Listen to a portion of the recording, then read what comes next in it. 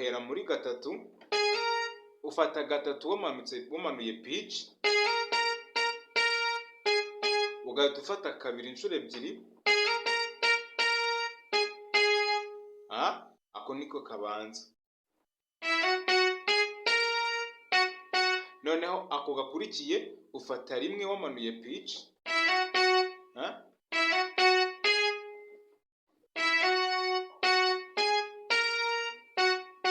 sinzi niba muri kubasha kubona hano kuri pitch, ni nijoro ntabwo biri kugaragara, ariko ntabwo ari ngombwa yuko munabona pitch.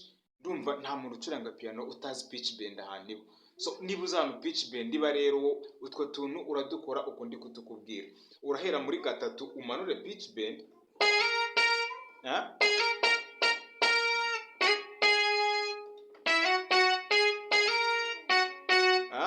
so gahoro gahoro umanura pitch, ufate,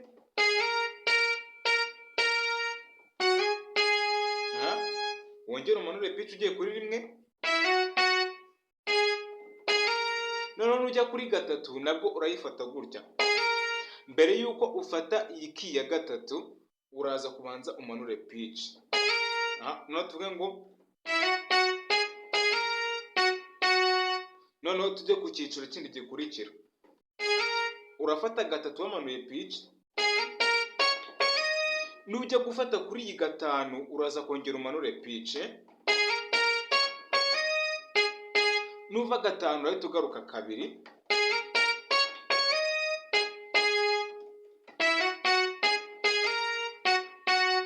Urimo urabyumva nuko uko tubikurikiranya. Noneho tukavuga duti,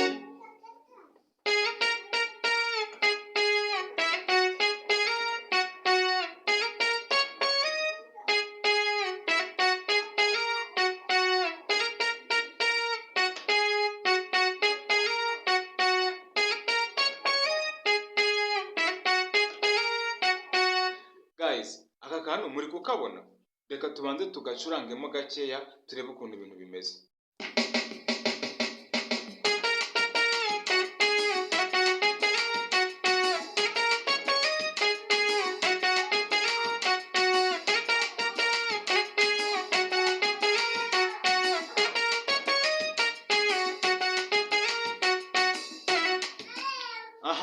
Mwabibonye nuko nguko. Mbere yuko dufata note cyangwa se key iyo ari yo yose, turabanza tukamanura pitch bend kugira ngo bidufashe gufata note ibanziriza iyo dufashe. Tugomba kubanza kumakinga sure yuko pitch bend yacu iri muri kabiri, iri muri range ya kabiri, kuko iyo irenze kabiri byavuga ukundi kuntu bikakuvanga. Urumva, nzabategurira isomo rihagije ryo gukoresha pitch bend, nzabasobanurira pitch bend ukuntu ikora kugira ngo umenye ngo ese ni ryari nzamura pitch bend cyangwa manura pitch bend. Aho ngo yari mu buryo bwo gukoresha key imwe cyangwa se gamme imwe bitewe n'ukuntu byita. Hanyuma rero noneho reka turebe ushatse kubikora muri note yuzuye, full note, ukuntu wabikora, sibyo guys? Reka tubane. Nabibabwiye ngo hano duhera muri gatatu iyo tugiye gutangira ako kantu. Noneho hano turaza kubanza dufate rimwe yacu. Mwabyumvise?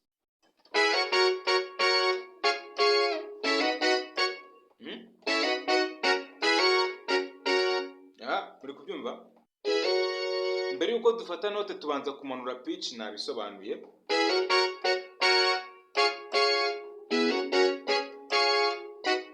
Cyangwa se duhera muri kane.